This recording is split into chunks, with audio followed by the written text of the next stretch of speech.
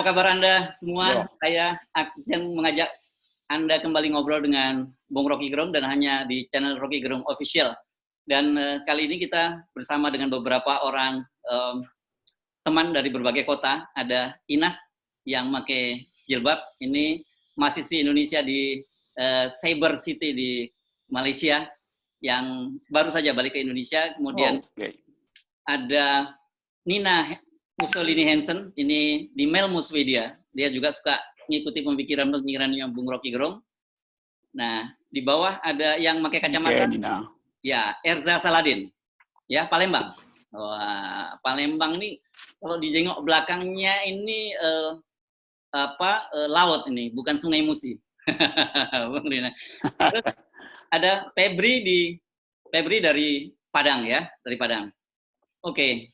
Saya mulai dengan Bung Rocky Gerung dulu ya, Bung Rocky. Ini selama pandemi ini media-media internasional banyak menyoroti soal munculnya populis leader, gitu ya.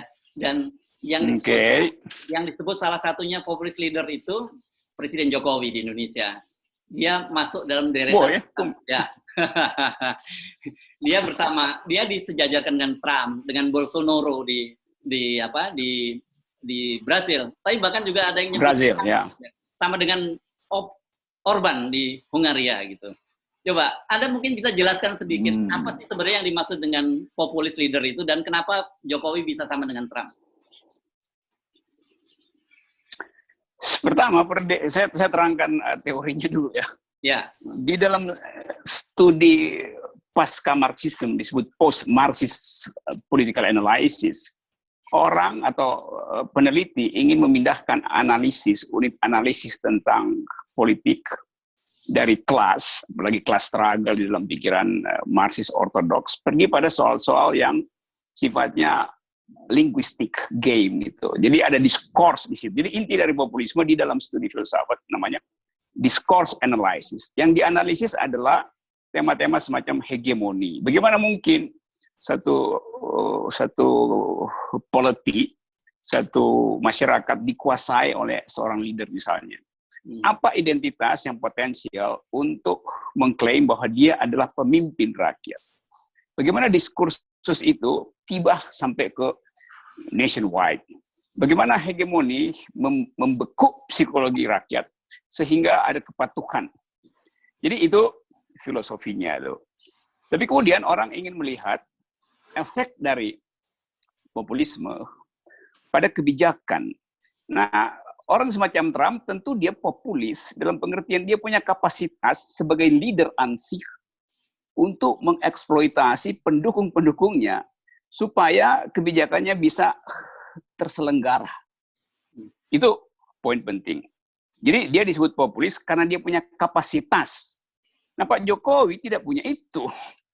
Kan Pak Jokowi tidak menguasai oligarki, dia justru dikuasai oleh oligarki. Jadi dia tidak punya kapasitas untuk ambil keputusan. Trump jelas dia bermain dengan oligarki, tapi dia memanfaatkan oligarki. Dia menguasai oligarki. Pak Jokowi terbalik, dia dikuasai oleh oligarki itu. Nah, Amerika Latin punya tradisi populisme yang kemampuan orang untuk jadi demagog, misalnya untuk pamer bahwa dia adalah leader, dipilih bahkan oleh kekuasaan langit, kekuasaan metafisik. Itu tradisi dari Iberian World namanya itu. Tradisi patrimonialisme kalau kita dulu belajar ilmu politik dasar itu. Jadi saya balik lagi pada, saya kira bagus ini kita ulas ini, Hersu, dan ide yang baik mengajukan problem ini. Kalau misalnya Pak Jokowi itu populis, maka kapasitas dia untuk mengaktifkan kebijakan dari awal terasa mestinya. Tetapi kita tahu bahwa Pak Jokowi ragu-ragu terus di dalam mengambil kebijakan. Jadi ciri dari populisme adalah strong leadership. Gitu. Pak Jokowi nggak punya itu, dia diganggu terus dengan bagaimana supaya dapat legitimasi kebijakannya dari rakyat, tapi juga tidak akan diprotes oleh oligarki. Jadi seorang leader yang populis tidak perlu punya kalkulasi itu. Nah, Pak Jokowi ada di dalam kalkulasi itu. Oke. Jadi saya menganggap bahwa Pak Jokowi misalnya bilang, nanti Desember kita akan pulih ekonomi dan pariwisata akan mendorong pertumbuhan, lalu ditambahkan oleh Menteri Erlangga itu IMF bilang 8%. Jadi rejim ini memamerkan sambil menyodorkan optimisme yang sifatnya sebetulnya paradoks itu. Jadi kita masuk dalam semacam optimisme palsu itu. Kenapa? Karena Ikatan Dokter Indonesia nggak anggap bahwa itu akan terjadi.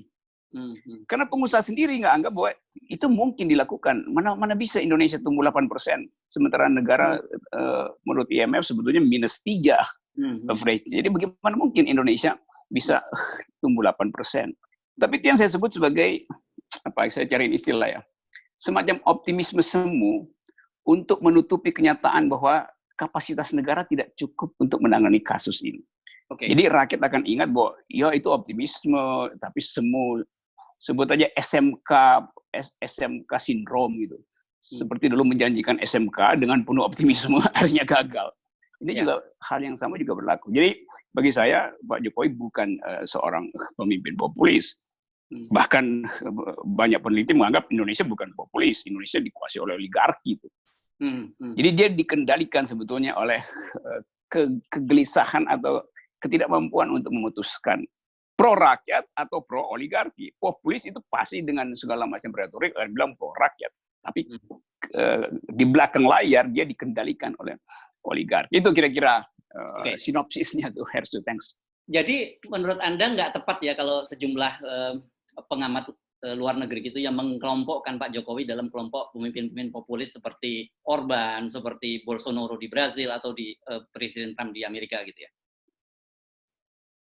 Dia bisa jadi populis kalau dia tunjukkan polisinya itu betul-betul tidak diintervensi oleh kepentingan lain. Jadi ciri strong leadership nggak ada itu. Nah, ketiadaan leadership ini yang juga menyebabkan publik internasional menganggap Indonesia gagal untuk mengkonsolidasi panitia penghadang COVID, kan gagal kan, sama seperti Donald Trump juga, leadershipnya ada tetapi public trustnya nggak ada. Meskipun kan itu soalnya tuh. Ya. Jadi meskipun dampak kebijakan mereka itu semua hampir sama karena dianggap menggampangkan atau menganggap sepele kasus, tetapi pisau analisa terhadap Pak Jokowi agak berbeda gitu ya, tidak bisa menggunakan pisau beda itu. Ya, saya nggak setuju disebut dia sebut. Dan secara teoritis bukan di dalam kategori pemimpin populis itu. Ada memang populisme ya versi Jokowi, yaitu pencitraan, itu bukan populisme namanya kan. Yang dari dulu orang sebut iya, tapi itu tidak ada dalam teori ilmu politik discourse analysis.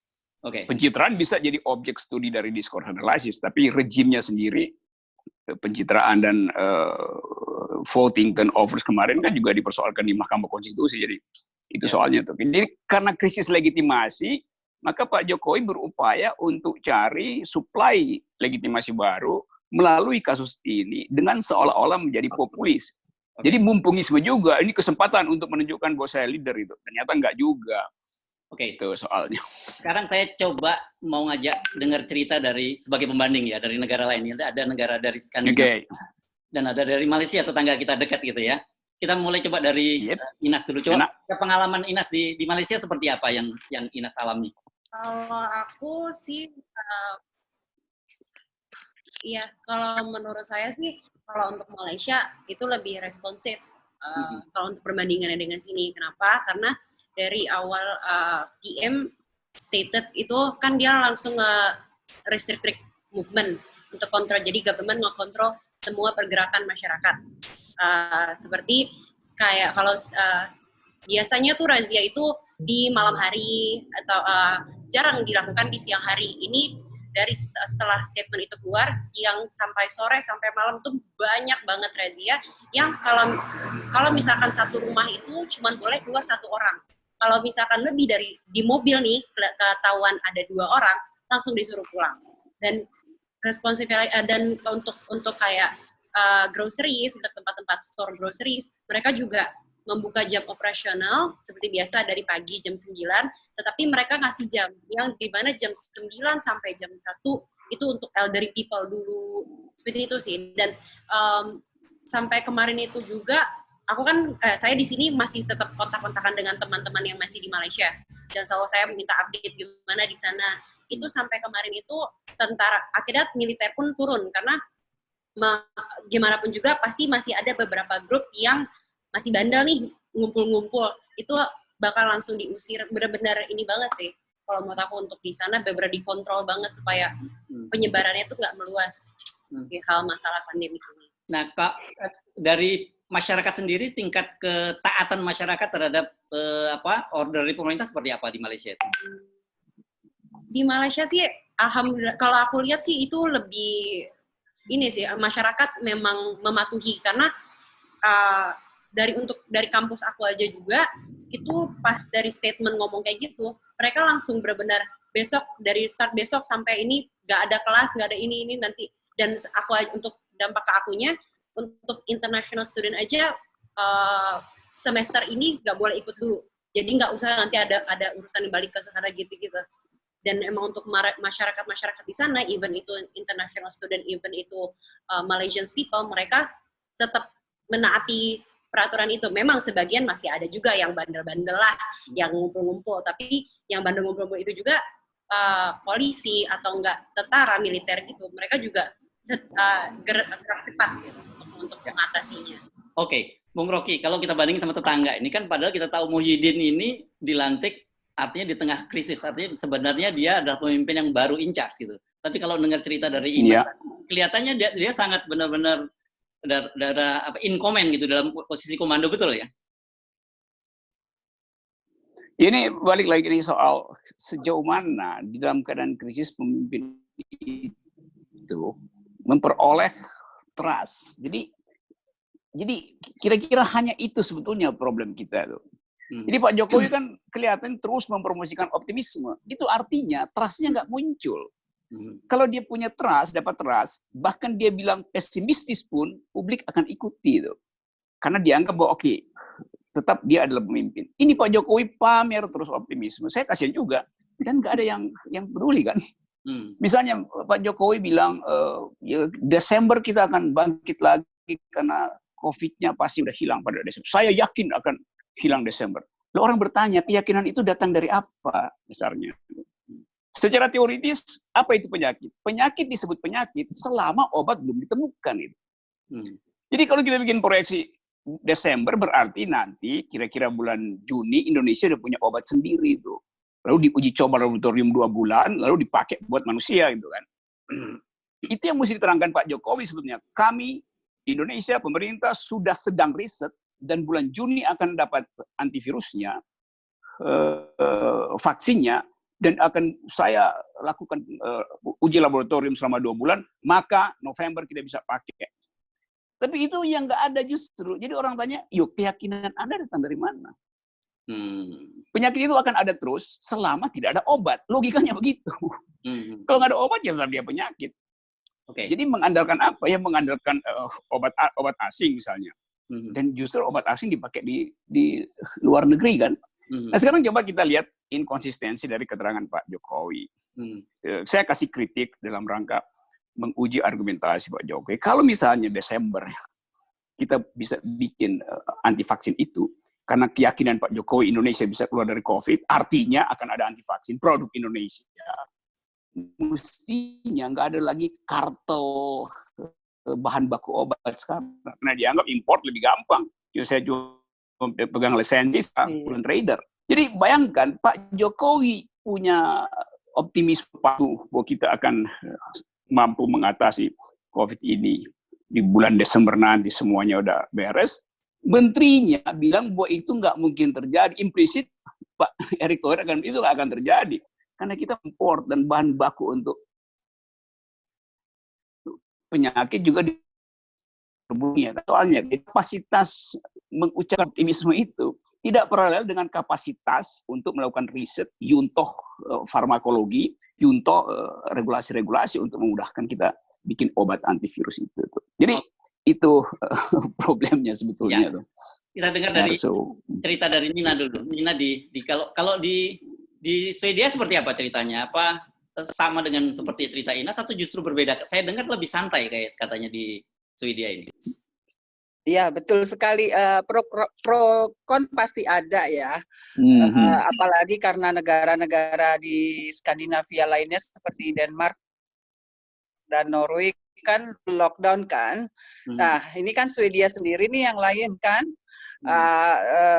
Apalagi Stockholm, ibu kota itu kan memang paling banyak yang korbannya ya. Tapi sampai saat ini pun pemerintah belum melakukan lockdown terhadap Stockholm. Tapi saya pikir kalau kita dengar tadi Bung Rocky bicara tentang kebijakan-kebijakan populis, saya pikir pemerintah Swedia sudah cukup melakukannya. Misalnya seperti waktu itu mereka langsung membatasi berkumpulnya, berapa banyak orang bisa berkumpul. Waktu itu awal-awal Maret itu 500 ya, paling banyak itu 500 orang.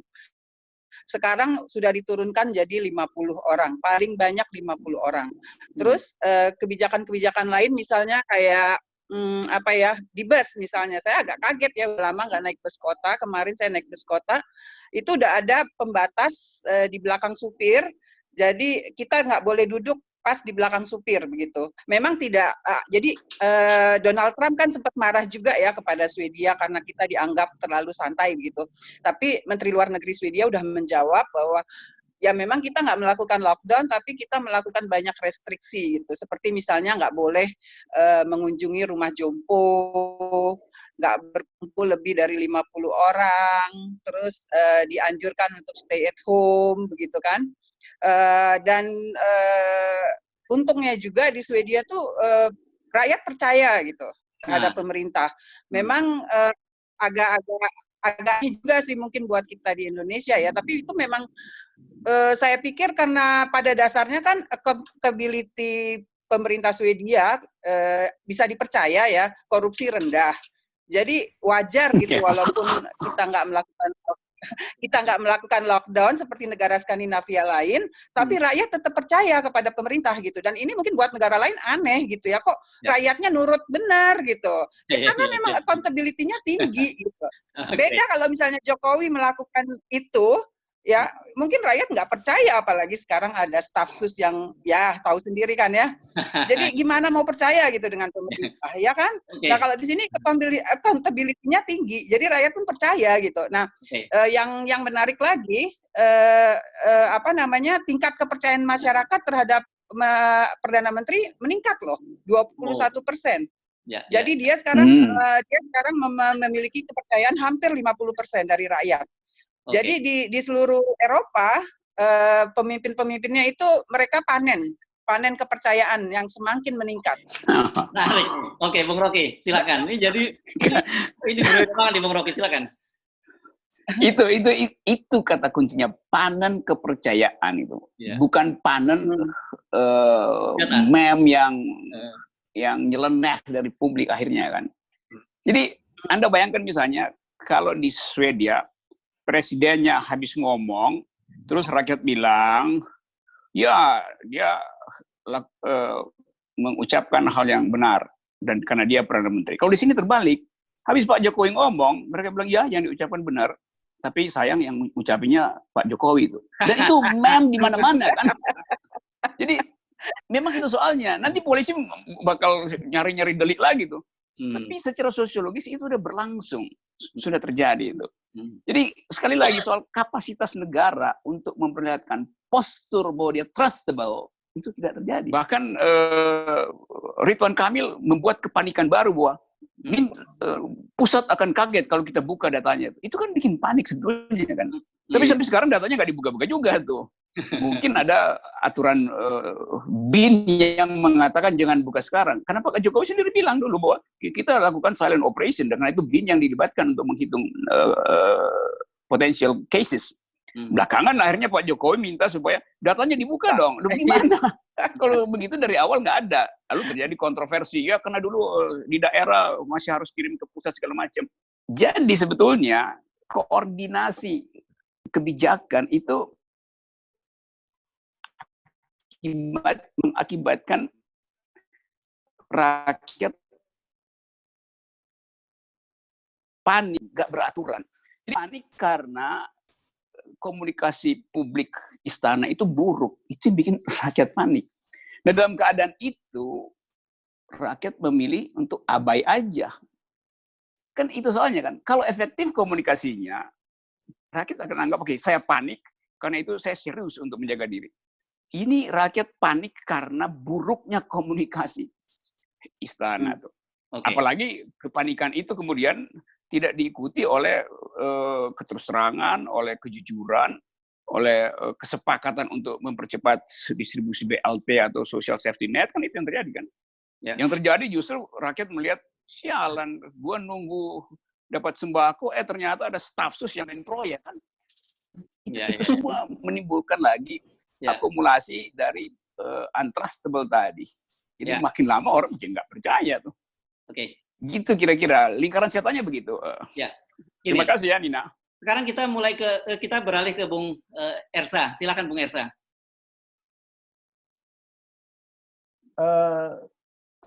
Kalau melihat kepemimpinan lokal di Sumatera Selatan, ada yang perlu disinkronisasi antara overconfident kepemimpinan di sini dengan langkah praktis yang nyata untuk meyakinkan publik tentang pengentasan COVID-19 ini. Begitu. Oke.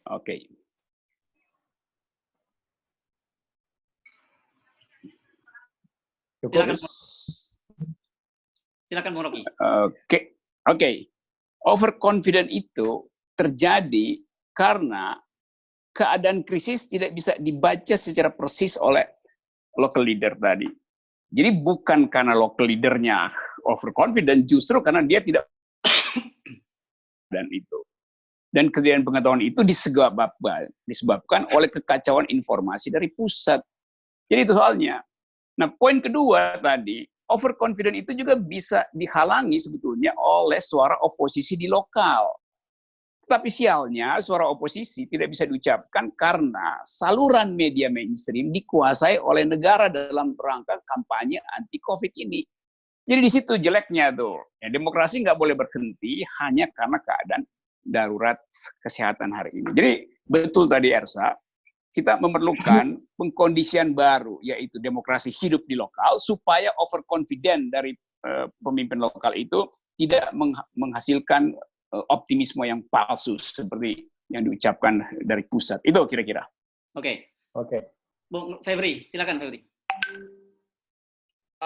Saya pikir kondisi pandemi hari ini, sikap kepala negara dan orang-orang di sekitarnya pelin-pelan, dan itu mengakibatkan apa yang dikerjakan sehingga tidak menjadi sebuah yang harus segera diselesaikan. Nah, pertanyaannya adalah ke Bang Rocky Gerung, apa langkah strategis sebenarnya yang perlu dibangun lagi untuk benar-benar pandemi ini bisa terputus mata rantainya?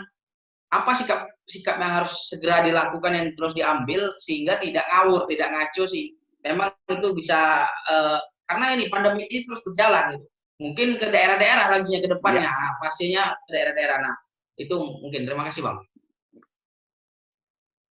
Jadi presiden harus datang dengan recent cases yang real, hasil uji akademis. Sekarang kita ada di kondisi yang orang anggap bahwa kita udah mesti masuk pada worst skenario. Karena angka 5.000 itu udah tinggi sekali itu. Jadi keadaan itu yang memungkinkan kita berpikir daripada kita optimistik palsu, lebih baik kita pesimistik tetapi berbasis pengetahuan sehingga kita bisa hitung apa yang akan terjadi, disiapkan secara politik, secara sosial, secara psikologi. Itu mestinya yang diucapkan oleh pemerintah pusat. Jadi Febri betul bahwa keadaan kita hari ini disebabkan sekali lagi karena kekacauan koordinasi di pusat yang disebabkan karena kalkulasi yang variabelnya macam-macam. Soal pertumbuhan hendak dicapai, tetapi juga PSBB harus diefektifkan. Itu dua hal yang trade-off. Kalau PSBB mau dimaksimalkan, jangan pikir pertumbuhan, kan soalnya kan lockdown aja secara total. Jadi itu kondisi kita tuh. Nah, yang kedua, yang lebih penting adalah suara publik harus tetap diucapkan itu, baik dalam forum semacam ini maupun dalam mainstream media. Sekarang kita nggak bahas lagi omnibus law misalnya, kan tiba-tiba omnibus law lolos. ILC itu tiap hari ngomongin tentang COVID dengan isu yang itu aja terus-menerus. Seharusnya dia juga ngomongin tentang omnibus law karena itu berbahaya juga terhadap kehidupan demokrasi pasca COVID ini selesai. Jadi banyak hal yang sebetulnya masih bisa kita lakukan. Nah, itu saya ingin aktifkan terus netizen channel semacam ini supaya ada suara alternatif, termasuk suara keras dari Febri di Padang. Sampai ketemu di Padang Lawas. Inas, terakhir, silakan. Ya, kalau dari saya, bagaimana sih solusinya antara masyarakat dan pemerintah untuk saling kerjasama? Karena mau gimana pun juga ini kan sama. Karena kan kalau dilihat rasa kurang percaya, kalau saya lihat ini rasa kurang percaya masyarakat kepada pemerintah, tapi bagaimanapun juga ini masalah bersama. Bagaimana kalau menurut Pak Rocky untuk solusi masalah ini? Ya, ini menarik karena masih. Oke, kalau kita katakan ini kalau kita sebut masalah bersama, artinya pemerintah juga bisa bilang begitu, bahwa ini masalah bersama. Tetapi kapasitas untuk menyelesaikan masalah ini ada pada pemerintah. Karena rakyat diminta hal yang udah dilakukan itu. Cuci tangan, social distancing, kan physical distancing, udah selesai kan. Nah, mengapa masyarakat abai? Karena yang dia lakukan dianggap juga tidak ada reward dari pemerintah, yaitu lambannya urusan social safety net. Karena itu masyarakat panik, tapi dia sekaligus abai. Nah, untuk dia tidak abai, kepanikan dia itu harus dilayani oleh kapasitas pemerintah. Yaitu ucapkan sesuatu yang betul-betul bisa diwujudkan. Sampai sekarang misalnya saya belum melihat bahwa di daerah yang terpencil tersedia yang disebut masker segala macam. Jadi sekali lagi, buat Inas tadi, yang penting adalah kalau kita mau PSBB, maka jangan takut bangkrut negara. Itu gampang ini. Kalau masih mendua PSBB juga, tapi takut ekonomi bangkrut, ya dua-duanya akhirnya COVID-nya jalan terus, ekonomi tetap bangkrut juga, kan itu. Jadi kerjasama dalam pengertian itu. Pemerintah dengarkan apa yang diperlukan rakyat, rakyat pasti akan tidak abai dengan apa yang diinginkan pemerintah, yaitu jaga jarak. Baik. Oke, terima kasih. Saya boleh tanya sekali lagi nggak? Oh, boleh. Masih ada waktu nggak? Oke, silakan dari. Oke, silakan. Oke, saya mau tanya ini Bung Rocky tadi mengenai oligarki ya. Kalau menurut Bung Rocky, apakah di abad 21 ini kita memang harus benar-benar menghancurkan oligarki supaya demokrasi berjalan lancar dan tidak lagi menghasilkan pemimpin-pemimpin dungu, istilahnya Bung Rocky selama ini. Semacam yang kita lihat kan, Trump juga banyak ya ketidakpuasan kan terhadap Trump gitu. Seperti ya di negeri kita juga begitu. Jadi gimana menurut Bung Rocky? Ya. Silakan Bung Rocky sekalian. Ya, oligarki itu, oligarki itu selalu mengintip demokrasi. Karena oligarki hidup dengan memanfaatkan kelemahan demokrasi, yaitu pemimpin yang tidak punya legitimasi. Kan itu soalnya kan. Dalam demokrasi orang yang dulu juga bisa terpilih. Tetapi nggak ada soal kalau oposisi bekerja bagus. Kalau oposisi nggak ada, pemimpinnya dungu, maka oligarki manfaat kedunguan itu. Jadi kita jangan terjebak di dalam upaya pemanfaatan itu sebetulnya. Itu pentingnya Zoom segala macam. Jadi kita tetap pelihara suasana akal sehat. Walaupun kita melockdown, tapi pikiran kita tidak boleh kita lockdown. Gitu kira-kira ya. Oke.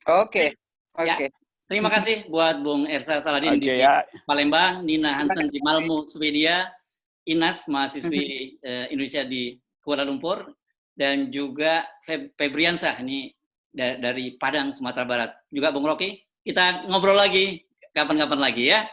Salam akal sehat. Oke. Salam sehat ya.